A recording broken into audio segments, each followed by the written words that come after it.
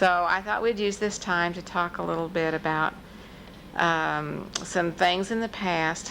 For example, the year that Dale was born. Because Helen, you were telling us earlier about what it was like that year in 1936. So maybe you can tell us again. Okay.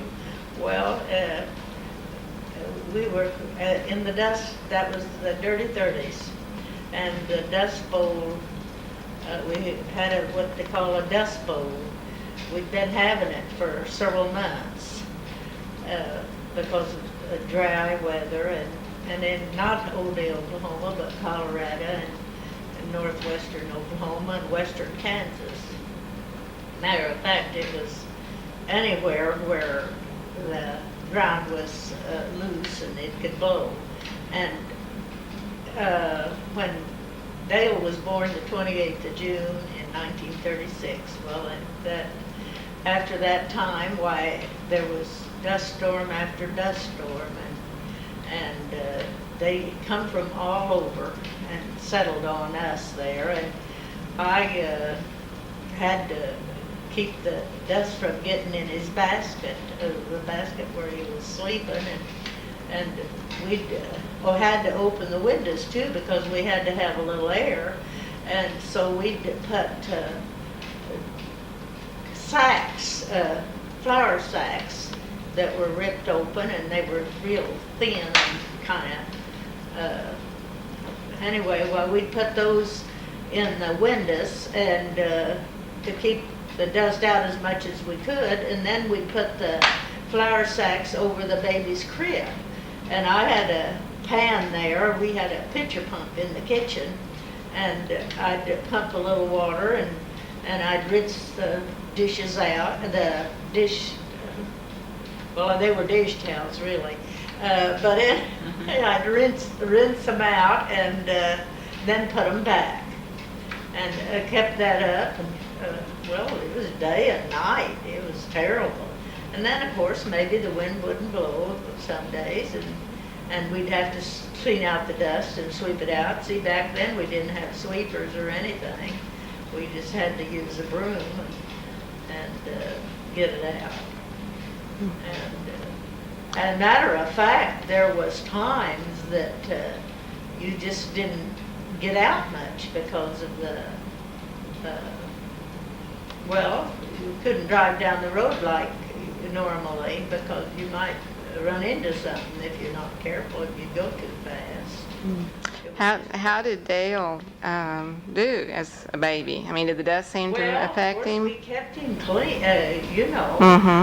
Didn't bother his throat, though? Didn't bother his throat? No.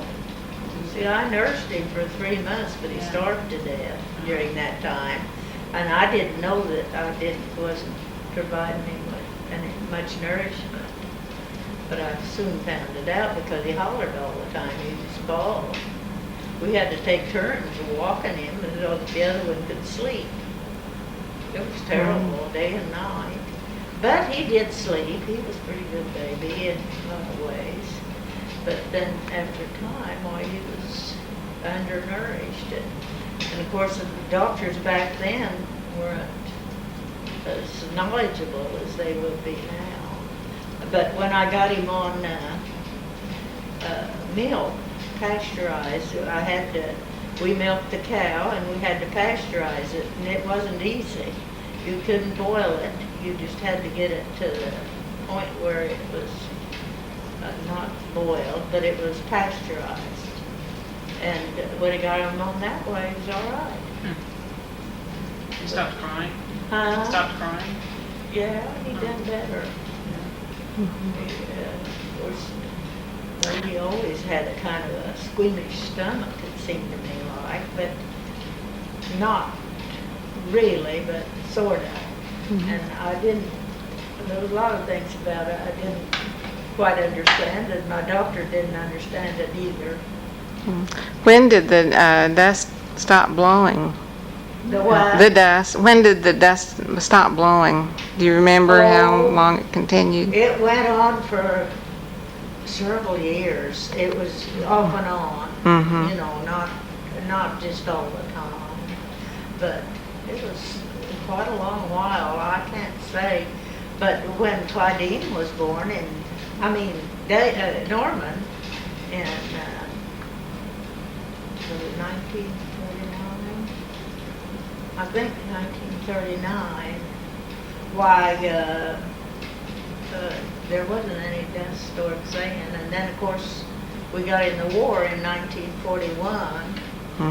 And there wasn't any dust storms then. We were moved then to the place where Mike lives now, and we had planted an orchard there and fixed up the house. Anyway, why, we didn't have any dust storms then. But Grandpa Chlouber's place, he had it aglow, and it was just pitiful.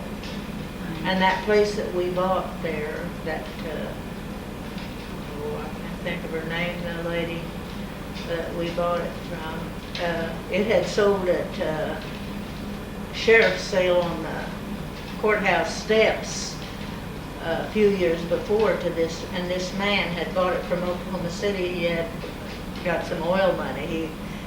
They were drilling those wells at that time up on the east end of Oklahoma City there somewhere, just the other side of the Capitol is where she lived, and they drilled an oil well on their place east of the Capitol. Of course, that was country then, more or less. But anyway, we went down there and visited this lady, and Clyde's dad didn't want us to go. He said it was nothing but a sand pile, that place was, which of course was true. But anyway, why, we went down there, and her husband had passed away, and she didn't have any use for the thing.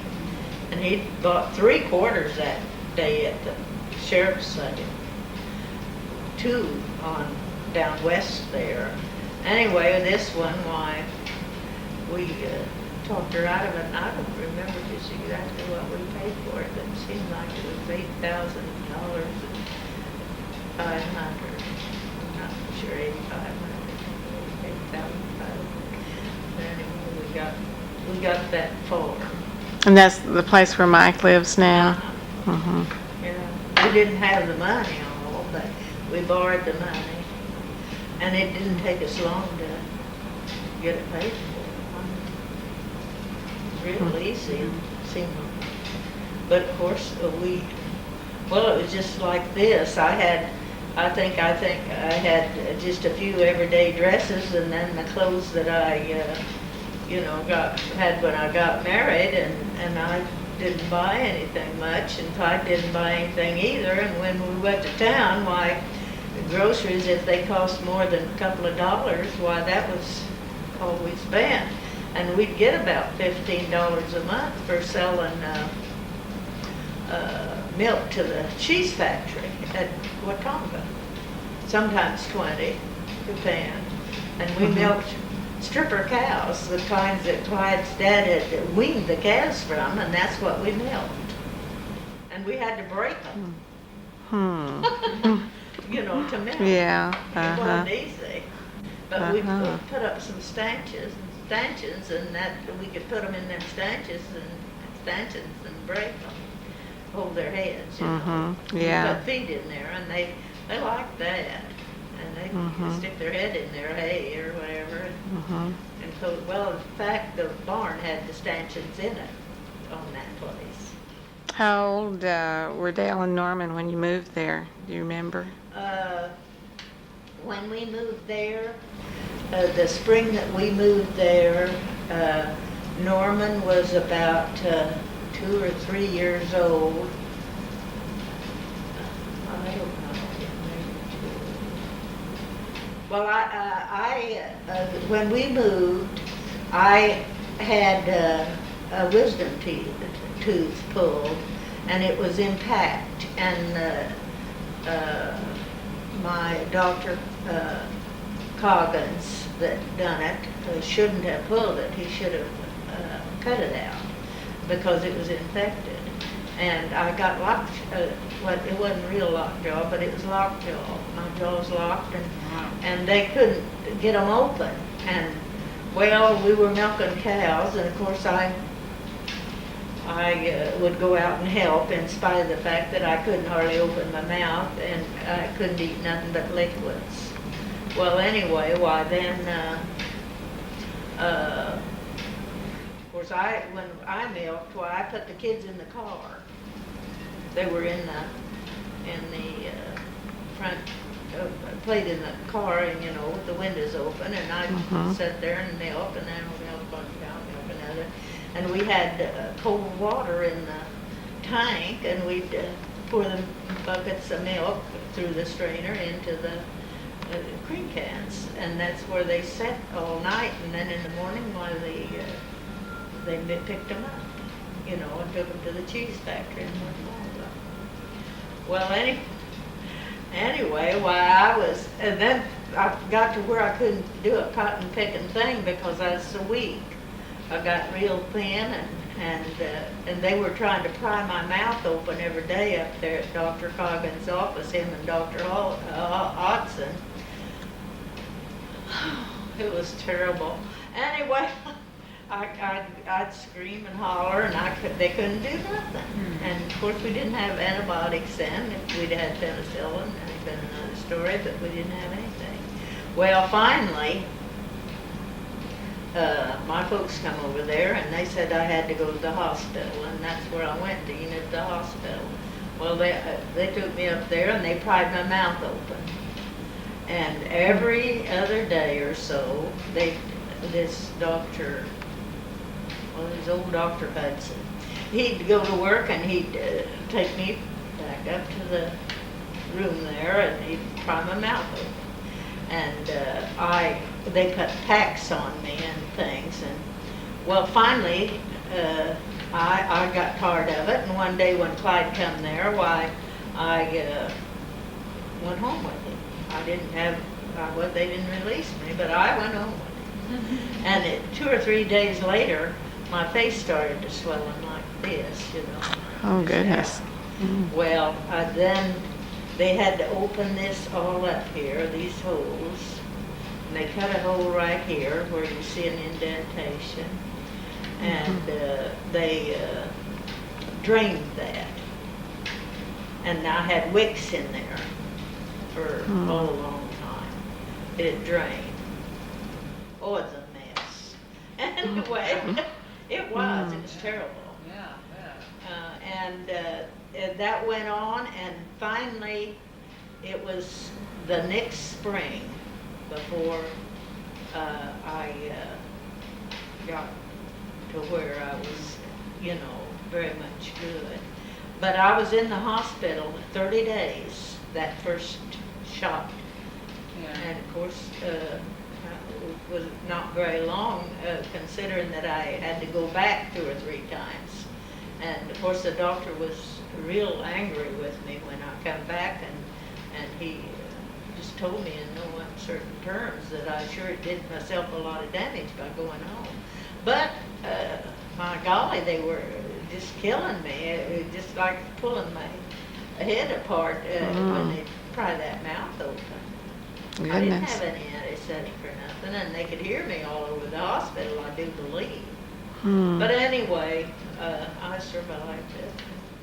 Who took care of Dale and Norman while you were in the My hospital? folks did, and during the time that they had the kids, Clyde Norman would go into these turn blue, whenever he'd go into one of them, what did they call them? And he'd get down on the floor, and he'd just scream and holler, and he was so mad. Until it was blue in the face. He'd turn blue. Yeah. And they had, Everything.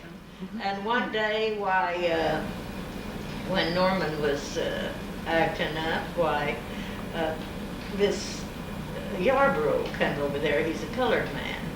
And, of course, the kids seen him there, and Dale told him, he says, I'll tell you what, I think Grandpa said it, maybe, my dad, if you don't if Norman don't be good, I'll tell you what we're gonna do. We're gonna give him to Negro Yarborough. And Dale told him, he says, you better be good or they'll give you to Negro Yarborough. Every time they'd bring those kids up there to see me, I had to go down because they couldn't bring the children up to the hospital room, and I'd have to go downstairs to visit with them. And then when I didn't come to the car, and why Norman would go into one of them, what do they call them? Temper tantrums. Yeah, he'd go into one of them fits, and I just told him after a while to bring him up there because it just upsets him. Anyway, he was tied on wheels. But finally, and even after I got home, why it seemed like inside my mouth and back in my throat, why every time I'd have to go back, why they'd be lancing some kind of pocket in there and it'd drain. Well, I never was so pussed up. And that doctor never got through telling me that I caused my own trouble.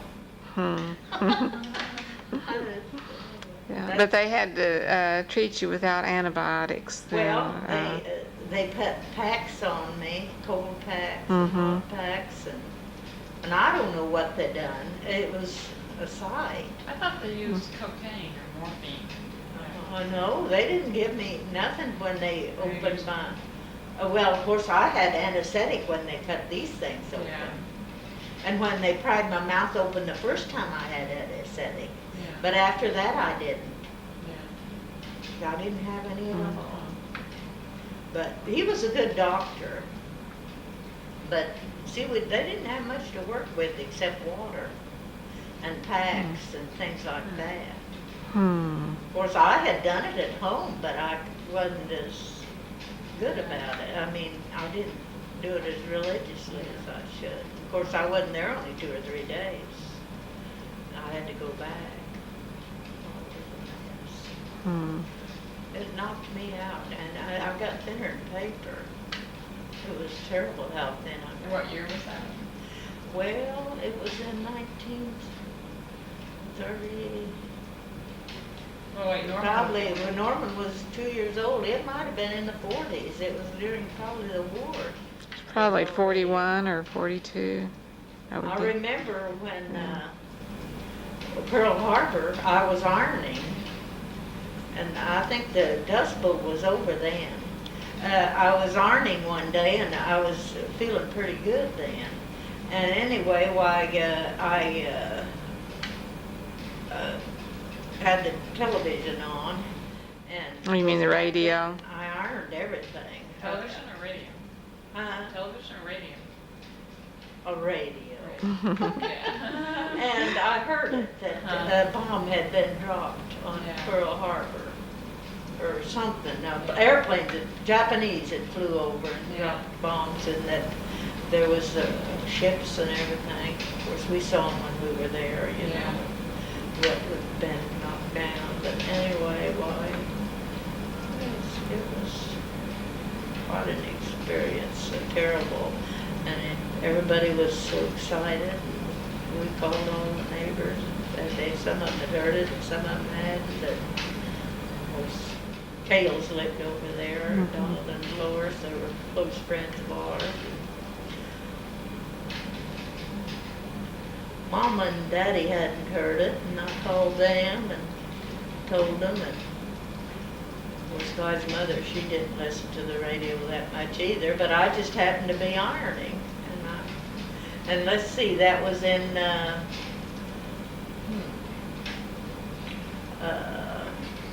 don't tell me I've forgotten. When was it? December? December 7th, wasn't it? 7th, Yeah, 1941, yeah. December 7th. But what was the year?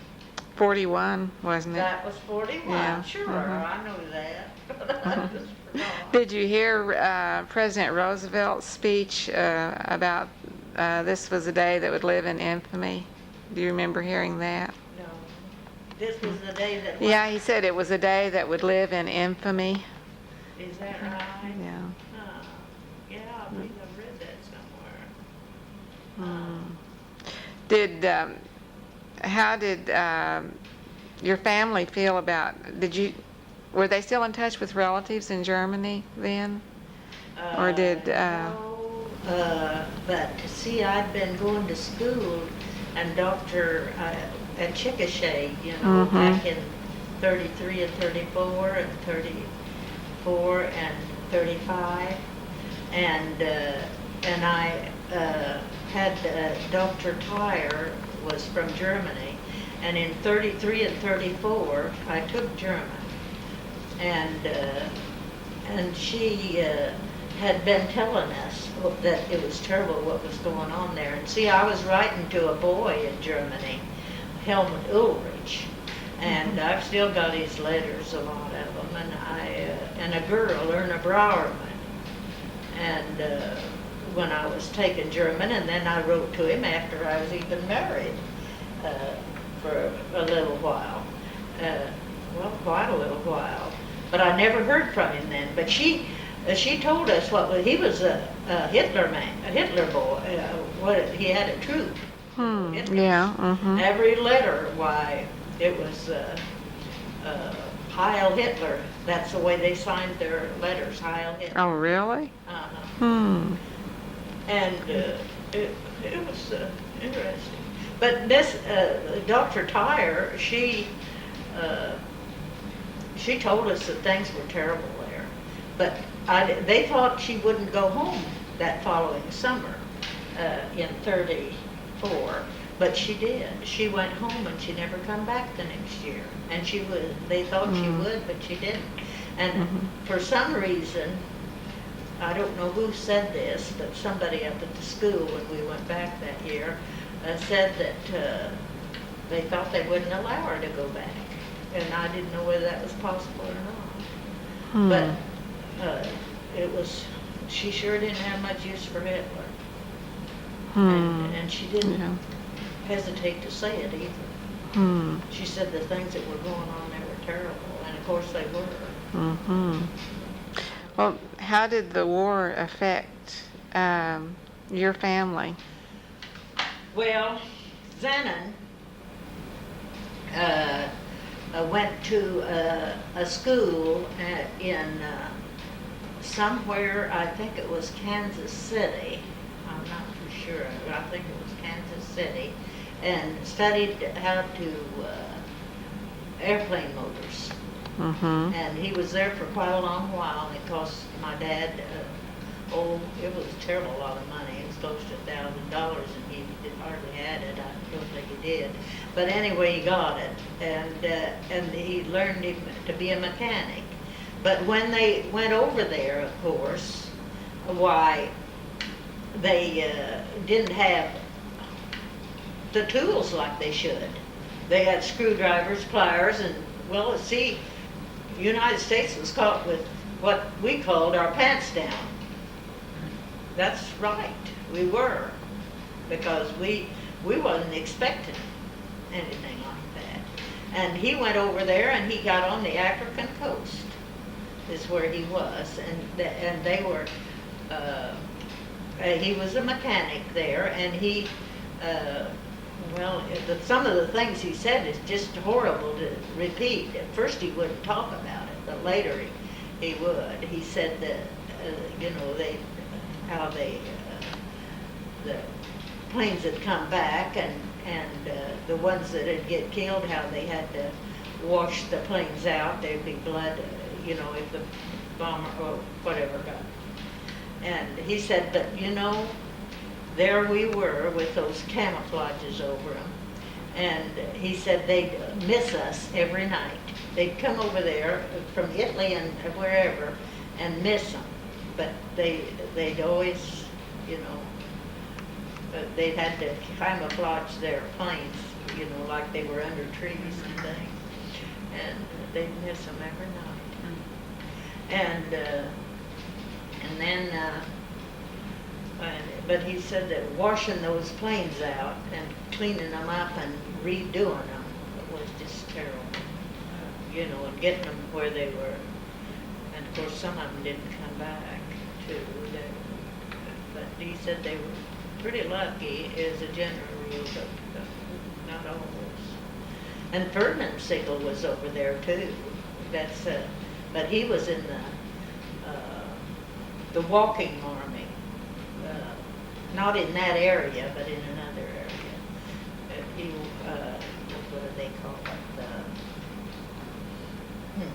He was in the regular army. And Evelyn, being a nurse, why, she, of course, was eligible to be drafted, and after a time, why, she just volunteered and went. And of course, she studied to be an anesthetist, and they sent her over into Japan Theater, and that's where she was. And of course, she was on all those, she went through the whole cotton picking rotten mess. And those last islands, that Okinawa and all them, and it like killed her. It just, she said they was on duty day and night, and they slept in things, they had to be up high, off the ground because it was so wet and so muggy, and she said their clothes would mold if they didn't stick them out in the air every day. They didn't have much of a place to put them. I guess I'd better answer the phone. And little,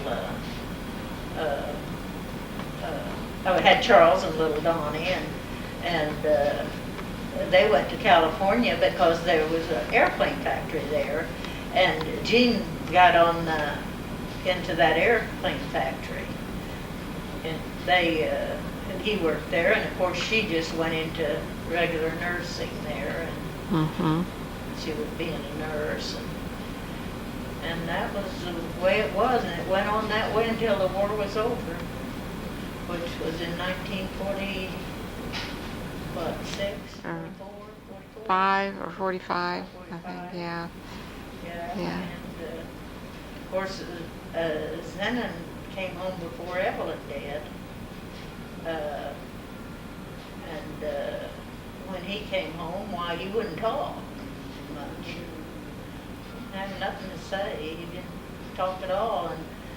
And folks never tried to get him to say anything either. They just, Yeah. He had been on the Isle of Capri, and he'd been in Italy, and he flew what he called piggyback in Germany just to look it over after the war, to see what all had been devastated there. I don't know what that was. They took him piggyback riding, what they called. And of course, he wanted to see what, some of the boys wanted to see what had went on over there, with their airplanes that they'd been working with and trying to keep in the air.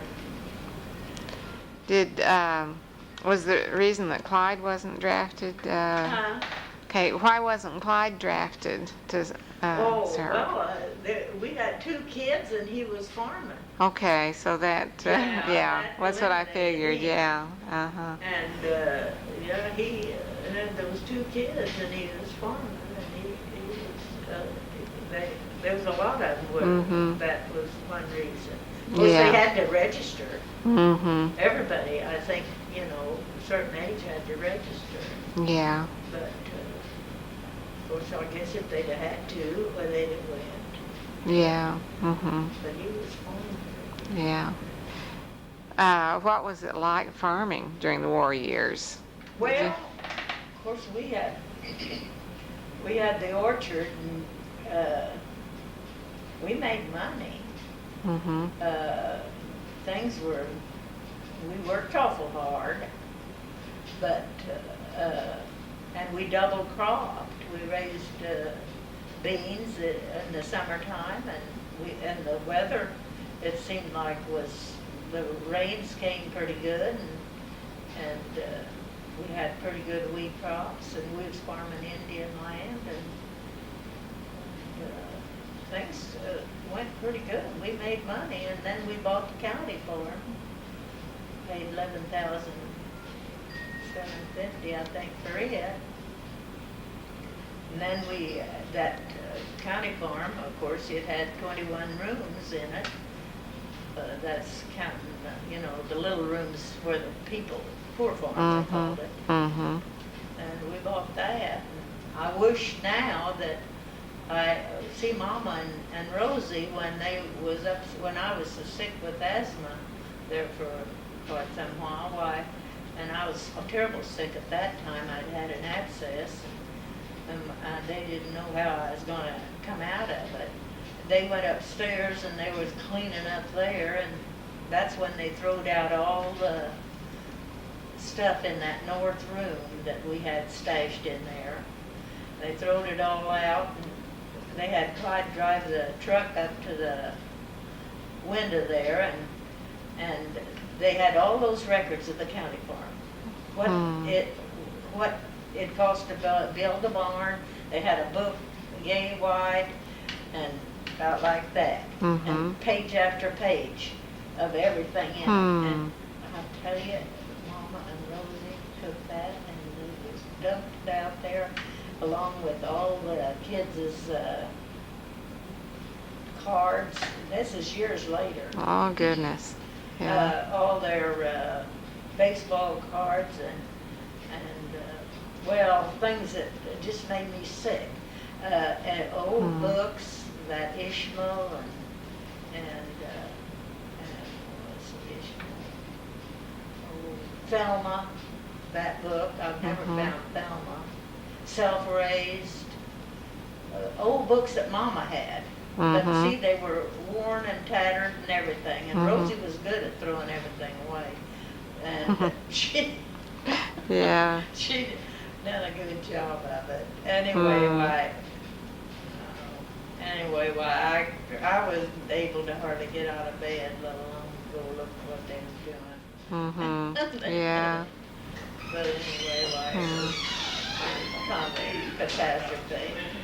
Oh, that's a shame. I think Yeah. Norman's about ready to go. Yeah, it sounds like they must be. Oh. I don't know Well, Dale's going to show him some more. Huh? It sounds like Dale's going to show him some more of the things he has up here. Gonna do what? Oh, going to show him some of the things that he has here Oh, really? for the museum. Yeah. Oh, well, that's good. Yeah. So. Well, she's interested in it evidently. Yeah. Well, they're pretty I interesting. don't know what else I could tell you that'd be of interest. Oh, I know a lot of things, but it's, Yeah. but anyway, they got rid of all the stuff that they thought was. See, this was when the kids were pretty good size.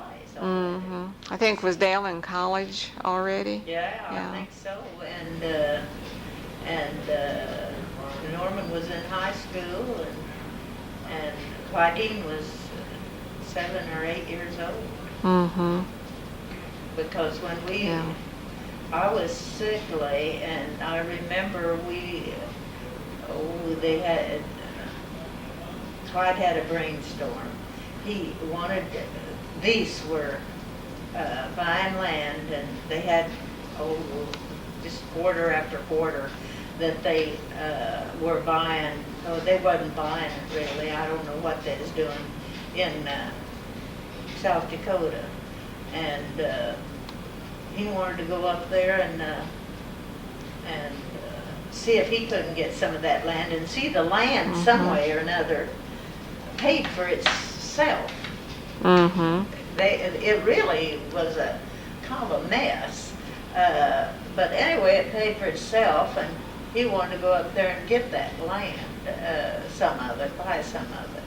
Of course, we didn't find it any like that then when we went there, but we did find this one half section of land that had a small house on it, newly built, or 2 granaries, and a shed or 2, and that ground was just black and so rich looking and wonderful, and it was just marvelous, and it was only I don't remember what, but it was reasonable, terrible reasonable. Well, of course, we didn't have that kind of money. It wasn't all that much, but it seemed like it was 15,000. Anyway, at that time, and but he wanted more ground, and we hated to have to fool with those Indians because they were just a pain in the neck. You know, there was always one coming around, standing around and wanting money, and you had to give it to them, and then you didn't have, or if you didn't give it to them, they was mad at you, and you'd already paid for the lease, and then if you gave them money, why, it was just free gratis if you didn't go through the Concho office there, and of course, the Concho didn't want you to give them the money, because they would, well, if they got money, why, they'd spend it. See, now, these Indians right now won't, not a one of them will work. They just got $42,000 apiece, and if they had 5 kids, they got $42,000 for each kid. Well, not a one of them will work. And we can't get anything done unless we do it ourselves. I mean, unless they do it themselves out there, it's terrible. Now, I've been trying to get that fence up that I bought here a couple of years ago on those 2 farms, and I haven't got that done.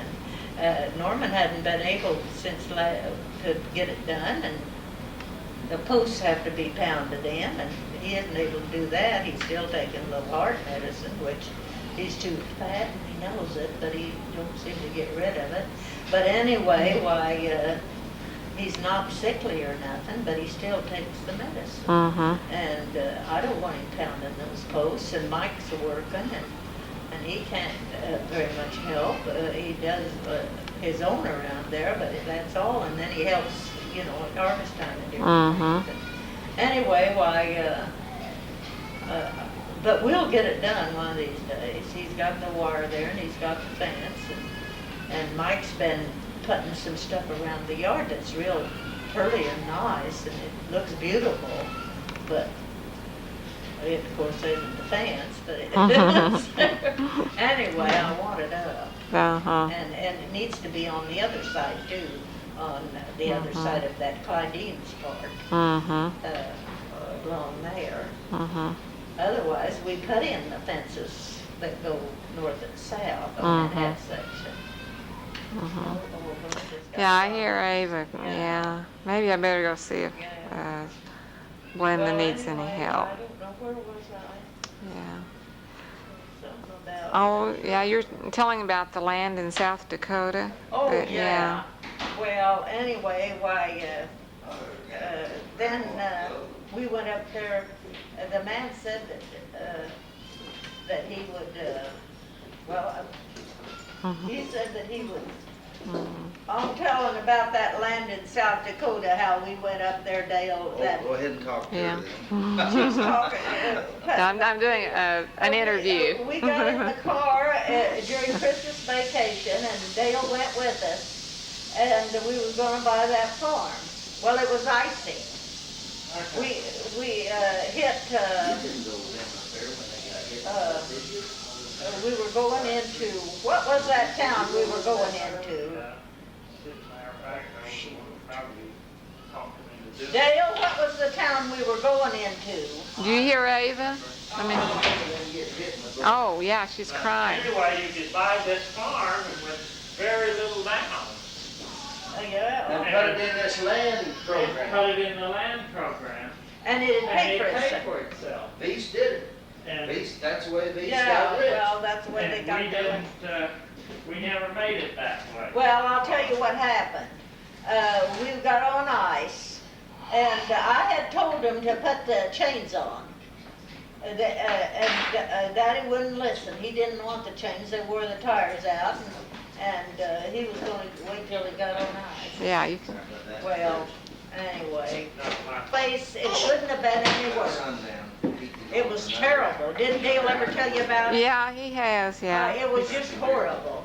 But he kept that car from going off. You see, a man hit us from behind a big truck, big semi. That was a hell of a hole, too. Yeah, sure. You looked down and you couldn't hardly see the bottom. Well, I know what.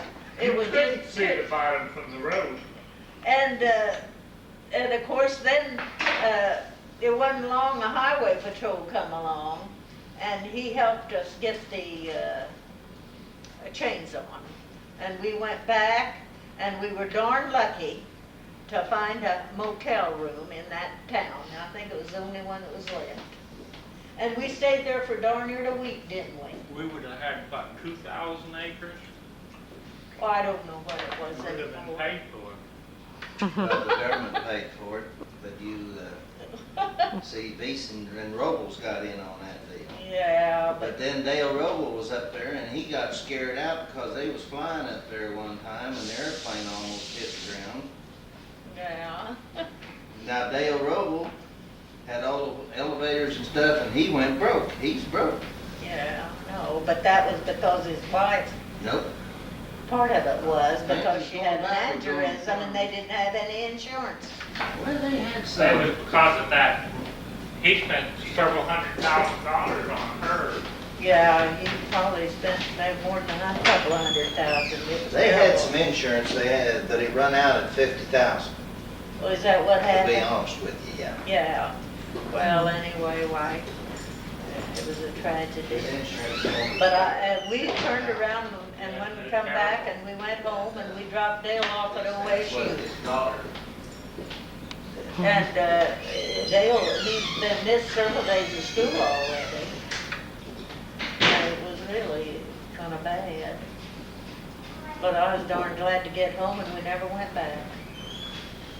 Oh, Well, goodness. actually, we were lucky. Huh? We were lucky. Well, I think we were too. He hit us square on. Yeah, that, we were lucky. He couldn't put on his brakes, he said. Hmm. But boy, you'd have sure, that had sure been terrible. But that was the best deal around. Well, I think I probably better let you get ready to go back. And Yeah. so we'll end this Oh, session here now. interesting. Yeah. I'll tell you. One thing and then two.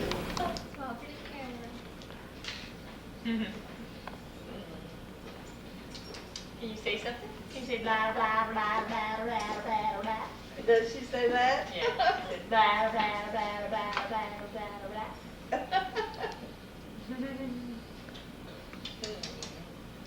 Blah, blah, blah, Did you get to hold her, Norman? You're too big. I had babies around me for a long, long time. But you got big old pretty eyes. You had the mosquitoes Big bit old her. pretty eyes. I don't see how them mosquitoes had to bite her. Well, she looked like a free lunch. Terrible. She's got dark eyelashes and Yeah, she long. does. I think her hair's gonna be dark. Yeah. She won't stand. She wants down. She never sits still. Well, Not for kids, long. kids don't sit still. They want to go. Well, this baby's pretty quiet. Well, she just hadn't hit that little error there yet where she'll be going.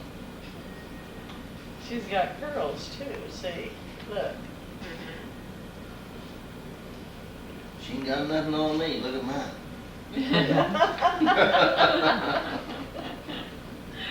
Norman had pretty curls. It was really pretty. Oh, look at those eyes. She's quite a gal. Oh, that's quite a girl. Hmm.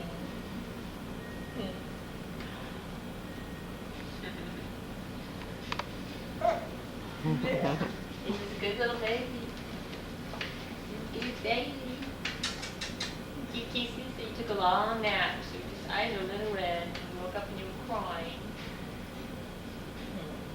We didn't hear you for a while. I didn't hear. I was in the study. I didn't hear her. Oh. Now the California, what's the weather been doing out there the last several months in your area? It's been really nice. sufficient amount of rain type stuff? Oh, we or don't have rain in the summer. You just don't have any We rain? don't have rain in the summer. Well, we don't either here, but when we decide to get it. We do. Of course, I say that, we'll probably get rain in the summer. Sometimes, like this summer, there's been no rain. Most summers, there's no rain. But then there was one summer, there was tons of rain. Yeah, it's flooded out Yeah. there, I remember. Yeah. And what about those fires Well, there are fires. in your area? They're not in your No, area? not in our area. They wouldn't come down to where we are. We're not an area that would get fires like that. Yeah. Really. Always liked it around San Diego. Never been to San Diego. Really? I've been up through all that coastal highway twice. Well, that's where, San Diego, Oh, that's that's where Donna and Clyde Dean went. Well, see, they got that big naval shipyard there, and I'm always interested in things. Then the ocean water, the temperature changes Yeah. down there. The temperature changes down there on the ocean. And, She's playing with her feet. but San Francisco was nice, but I wouldn't want to live there. Oh, I tell you, it was pleasant. I understand, it's just kind of the up and down streets, and it's nice to visit. Well, I but didn't think it was up and down streets. Well, I didn't like it. I told Janet when we left there, I said, these bridges, this earthquake country. I said, I want out of here as quick as I can get out of here. It wasn't a few weeks, the whole thing was That's like Betty and Howard when they were in Alaska, and they got out of there just in time, and then here come the We was up there on that 29th floor of that one building, and I said, if this son of a buck starts shaking, I said, I don't know what I'm gonna do. Well, I'd hate to be on the bridge. Well, That's there's a where lot I of need people to on be. these bridges now. And- But I don't think Belinda's area would be so bad. And Now Belinda's in she's in Who Van knows? Nuys. I've been there 10 years. Not Van Nuys, Maybe felt an earthquake once. I'm San not sure. Mateo. I'm not sure San where Mateo. that's located. San Mateo. Santa Barbara, I wouldn't give you a nickel for Santa Barbara. I've never been there, so I Well, don't that's know. where old Reagan and his wife always go, President Reagan. Oh, is that right? Yeah, we was all over Santa Barbara. I didn't see nothing spectacular about it,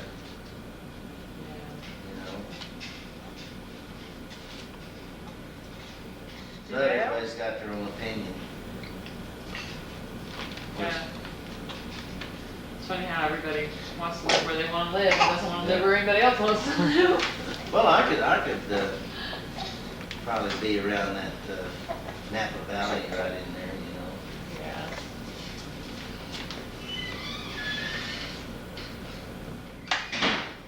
Yoko and that man that she married, I guess, are in, I imagine we better go, Carla. Okay. Are in, Yeah, it's almost 8 o'clock. I Oh, know, no. it's terrible. Believe it. Well, Chandler will wonder what in the darnation we're doing. I told her I'd